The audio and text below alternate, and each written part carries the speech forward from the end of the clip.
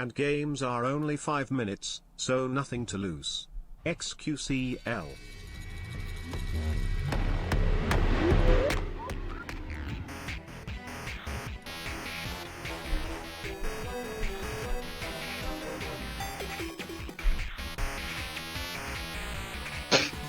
What?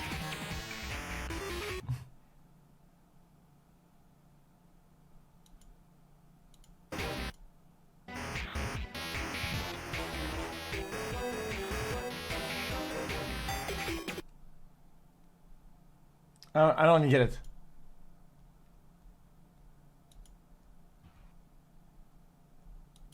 So what was what record? This or the other one?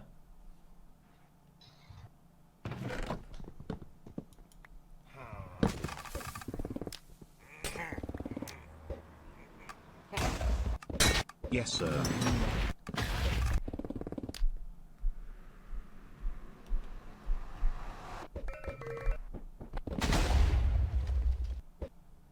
What? I don't understand the Nether part. Like, how does he get?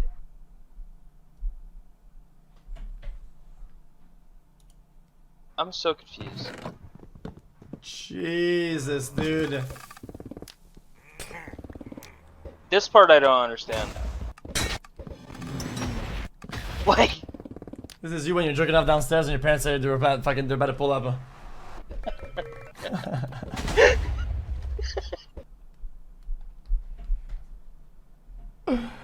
Okay, chat. the speedrunners when they start getting the neural link. Guys, is there like a video? I don't get it. Here is Minecraft beaten in 20 seconds. Minecraft. Despite its primary nature being a 3D sandbox game, Minecraft actually does shut up. take it the key and set seed but there's a but change one digit and the result is completely different. Random instead of a Oh, typically a task is created on a bro. Here's Mario. the basic premise of the path Dylan took to beat the game. The ending is triggered by entering this portal, which appears Bro, just tell me how to do it. and create Enderman. Oh my god, this guy. However, this set him the world with the most favorable conditions to beat the game the fastest. However, the set of specific conditions that he needed for the optimal result It's like a is billion. mind-bendingly unlikely. Hey, you can look at the bottom Right left. next to his spawn is a ruined portal, a naturally generated damaged nether portal that also has a chest containing 4 to 8 items from this list. He needed the chest to contain flint and steel, obsidian, Just tell us a what it golden axe, contained, and to man. his right is a woodland mansion, a large random structure that's typically generated very far from the starting location, tens of thousands of blocks away. Spawning directly next to one is Bro. astronomically By the way, I've seen one of these in my entire life. rare. I've never even seen The it two rooms before. here are a fake end portal room and a lava room. Those two are among the rarest in the woodland mansion, so Wait, what? Fake end portal. fake end portal room and a lava room. Those two are among the rarest Wait, in the this shit woodland can spawn mansion, in the- so them being you right spawn there next is to this? also incredibly unlikely. No, he spawns in Never- it. Once Dylan goes I've into the never nether, seen he that, needs ever. to end up near a nether fortress where he can find a blaze. Even better is a blaze spawner. Bro, this is seed literally a the blaze RCP spawner that you only see and you 7 think tiles you're away. getting it next one. Yeah. Dylan also needs an area where a ghast can spawn You're and owed. favorable terrain to navigate inside the nether. The stronghold where the end portal can be found needs to be uncharacteristically close. Finally, the spawn point in the end dimension can be underground or exposed. It needed to be exposed for the optimal run. Quick side note, throughout this video, watch out for numbered notes in the bottom right corner. You can find a link to additional notes that provide context and clarifications. Bro, this is and Dylan insane! spacing with more Minecraft, the flint and steel, and the golden axe with silk cut. Nether. Okay, I get Dylan that. gets the golden axe so he can break down the wooden No, walls. of the I'm not woodland interested now. mansion No, I'm not as quickly interested as in this. possible. Golden tools have the fastest base gathering speed. We know of the this. music. 2 is a fake end portal room. It's made to look like the end portal room, but instead the structure is made of wool and there's a trapped chest. When the chest is opened, the TNT next to it goes off, breaking infested cobblestone blocks that release silverfish enemies. The chest always contains 2 ender pearls, which is perfect because Dylan needs those. First off, he breaks a block in the wall while climbing to the chest to allow him to go into the next room over afterwards. What? There's a noticeable cut here because Dylan saved and reloaded the world. Minecraft speedruns are usually measured using the in-game time, which removes all variability from loading screens and other factors. As such, any time spent paused, loading, or outside the game doesn't count, but time spent crafting or looking inside a chest does. Only the time where the game is actually running was kept for this task, so transitions like loading screens or quitting and reloading the save are completely removed. There will be more of these cuts throughout the run, but this one is perhaps the most obvious. Dylan first breaks one TNT block when he picks up the ender pearls from the trapped chest, which activates the other TNT. TNT takes 4 seconds before blowing up, which gives enough time to get out of the way. The explosion will actually be useful later. Dylan then immediately puts the pearls back in the chest along with his obsidian and a block of wood he picked up along the way. Why? Because with a sprinkle of magic, as soon as he reopens the chest, the items are both in the chest and still in his inventory. Oh, fuck off! How does that happen? The answer is very simple. The game saves the state of chests and your inventory independently of each other. After Dylan puts the items in the chest inventory is saved, but his inventory isn't saved yet. Then, by quitting and reloading the world, he can reload the inventory state from before he put in the items and the chest state from after he put them in, resulting in the items being both on him and in the chest. But the game is not that Bro, dumb. is this fucking RuneScape either through the strats? menu or by force quitting using Alt F4, it will save your inventory. However, if you crash the game by force using the task manager's end task function, it won't get the luxury of saving your inventory before the process is killed once in-game time, which effectively renders this process instantaneous. This process is done 5 times, so Dylan ends up with 32 of each item. In the middle of it though, he throws an ender pearl into the other room through the hole in the wall he made earlier. Throwing an ender pearl we get that. When the ender pearl finally lands, Dylan doesn't actually take damage. This is because whenever a player relogs into the game, they benefit from a 3-second invincibility period. This is intended to give players enough time to find their bearings, but in this task, 3 seconds might as well be 3 minutes. As a result, pretty much all sources of damage won't hurt Dylan in this run. Note that there's a purely visual bug when playing the run at such low speeds where the ender pearl is still visible after landing. Dylan landed in the lava room of the Woodland Mansion. The rarest of all the possible rooms contains a block of diamonds surrounded by lava encased in a glass and obsidian pillar in the center of the room. The obsidian here is helpful because it allows Dylan to build a nether portal using fewer blocks than usual.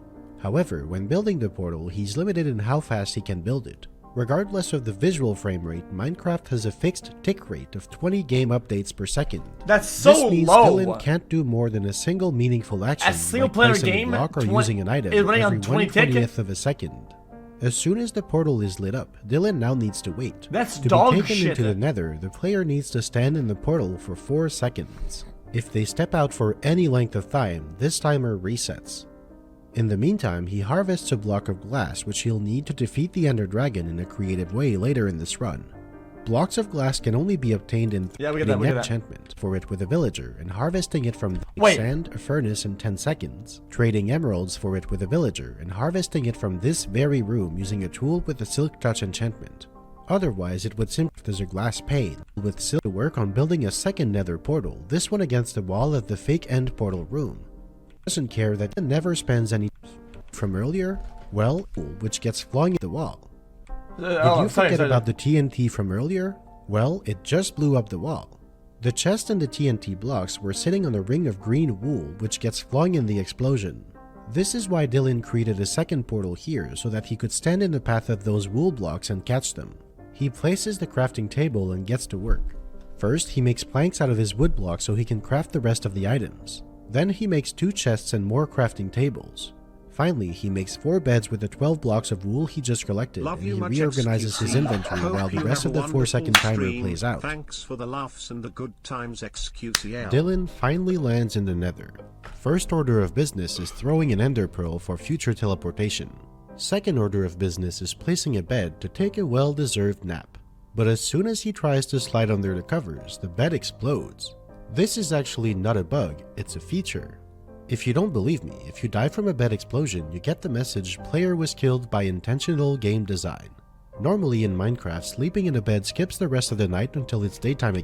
Instead of making it so you couldn't even place a bed in the Nether or in the end, the developers decided to add an Easter egg, attacks in an explosion even stronger than TNT. Dylan actually places and explodes 3 of his 4 beds in very quick succession. Again, these explosions don't damage him because of the invincibility period, but they move him faster than walking would have. They also affect the Ender Pearl, flinging it away further and faster than a normal throw. When this pearl lands, it will transport Dylan close to where the stronghold is in the main world. Now, after a quick reload, Dylan throws a second Ender Pearl But where while are the the rods? first one is in motion. Normally there's a Why 1 does it second need them? cooldown after throwing a pearl, but this cooldown is reset upon reloading the world. This allows him to throw multiple pearls in quick succession, something that he will abuse for the entirety of the run. This second pearl will land in about a second and a half. He places a chest, throws a pearl just a couple blocks forward to better position himself, and another pearl down below towards the blaze spawner. While this one travels, he uses the chest to duplicate his remaining bed, his second chest, the glass block, and some obsidian. He doubles up the glass and beds to 4 of each, and his pearl lands next to a blaze. Dylan places a bed right next to a blaze and blows it up. He makes sure to punch the blaze first to mark it as being damaged by him. Bed explosions don't count as damage by a player, and a blaze killed by environmental hazards never drops anything. It drops a blaze rod, which he picks up and immediately doubles using a chest. Oh, he's He gonna also cheat. duplicates his glass and beds again. He now has all the ingredients to craft Eyes of Ender and open the portal to the end. At this point, the second Ender Pearl he threw, which I said would land about a second and a half later, finally lands, next to a and he's ghast. teleported next to a ghast, a large random enemy in the Nether. Note that although the world can be generated using a set seed, randomly spawning enemies like blazes and ghasts depend on in-game random number generation, or RNG. This ghast holds the last ingredient to the secret method to kill the dragon quickly, a ghast tear. Dylan blows it up with a bed, then he quickly repositions with an Ender Pearl, places down a crafting table in a chest, and gets to work. He doubles his blades rod twice to get to 8, turns them into 16 blaze powders, combines 13 of them with Ender Pearls to make Eyes of Ender, and he uses one of those eyes, 7 glass blocks, and the gas tier he just obtained to create an End Crystal. End Crystals are the objects that heal the Ender Dragon in the end, but they also serve another purpose. When crafted and placed in a particular arrangement, they can be used to spawn or respawn the Ender Dragon. This is the key to the strategy to defeat the dragon quickly. After creating all of these items, Dylan does a bit of inventory management, then warps again. This is when the first Ender Pearl he threw when he entered the Nether finally lands. In order, the first pearl traveled the furthest and the longest, then the second landed near the ghast, and the short throw to the blaze spawner below him landed first. Dylan now builds another Nether portal. In 4 seconds, he will return home, but this time to a new location. Portals between the main world and the Nether are linked to each other at the same relative position. Link the 2 dimensions are 8 times further apart in the midst of 1200 tiles in the real world, bringing him all the way to the stronghold where the end portal can be found. Portals that link the 2 dimensions are 8 times further apart in the main world than they are in the Nether. This Ender Pearl throw in the Nether netted Dylan a displacement of 1200 tiles in the real world, bringing him all the way to the stronghold where the end portal can be found. After an excruciatingly long wait, Dylan is finally back in the main world. His portal conveniently sits right in the entrance of the end portal room of the stronghold. A quick Ender Pearl throw gets him up the stairs, and he quickly places all 12 Eyes of Ender in the portal, repositioning the pearl when needed. As soon as the last eye is in its socket, the portal activates, instantly sending him to the end. Immediately upon arriving, Dylan's position isn't quite optimal, so he has to use 2 Ender Pearl throws to reposition. Oh, but between these and throws, every throw he has to reset the game. That's insane. It's kind of places annoying. down the End Crystal. When entering the end for the first time, it takes 1 second for the Ender Dragon to spawn. However, placing this crystal throws a wrench in the process. The dragon and the exit portal appear at the same time. When an end crystal is placed before they spawn, it finds that there's no exit portal, so it spawns a new one and opens it by default. Then, when the Ender Dragon tries to spawn, it's prevented from doing so because the exit portal is already open. The end result is that the Ender Dragon is banished into the void and simply never appears. Since the exit portal is already open, all Dylan needs to do now is to get there. He throws an Ender Pearl towards the center of the arena and again resorts to the bed explosion technique to boost the speed and distance of his throw, this time using 4 beds. This tosses him off the map and into the infinite void where he can contemplate his existence. Just before he falls to his death, the Ender Pearl lands close to the portal. One final quick pearl throw lands him directly into the portal, and the game is beaten in 19.9 seconds of in-game time. That's it. That's the fastest Chat, how possible many way game to beat resets was Minecraft that? we currently Like have. 100? It requires a 1 in a quintillion seed, perfect RNG, superhuman mouse precision and speed, and crashing the game a couple dozen times, but it is technically possible. The game had to be I reset want like to 100 thank times. DC14 for making this task, for allowing me to break it So down, chat, and for what helping. did they do, chat? Did they just stitch the VOD together? Because otherwise, chat, guys, this is 20 seconds, but in reality, this probably took like an hour and a half to just have one run. Because they need to reset the game. It's be boring to watch.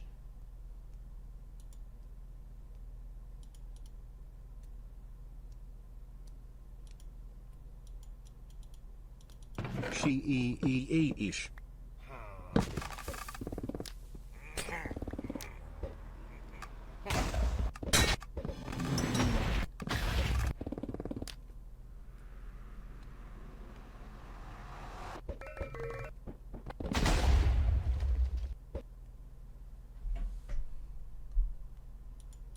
It's not sped up.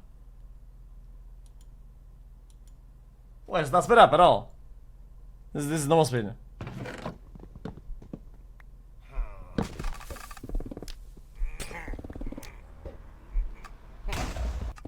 Now do it.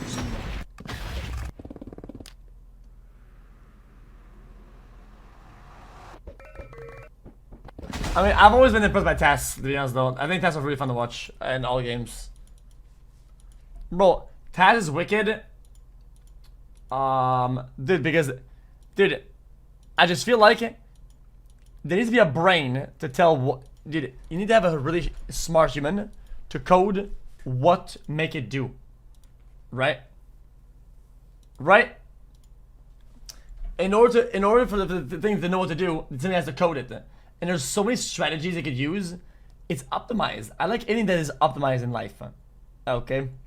Because video games are more fun in real life. And tasking in real life is fucking boring as shit. I'm back. Welcome back. Oh, yo. Yo, this is X on the Yeah. beat, yo. But Okay, you heard my voice as well. that S. Anyone knows that boy? I don't know, he's just so soy. Anyone knows that boy? I don't know, he's just so soy.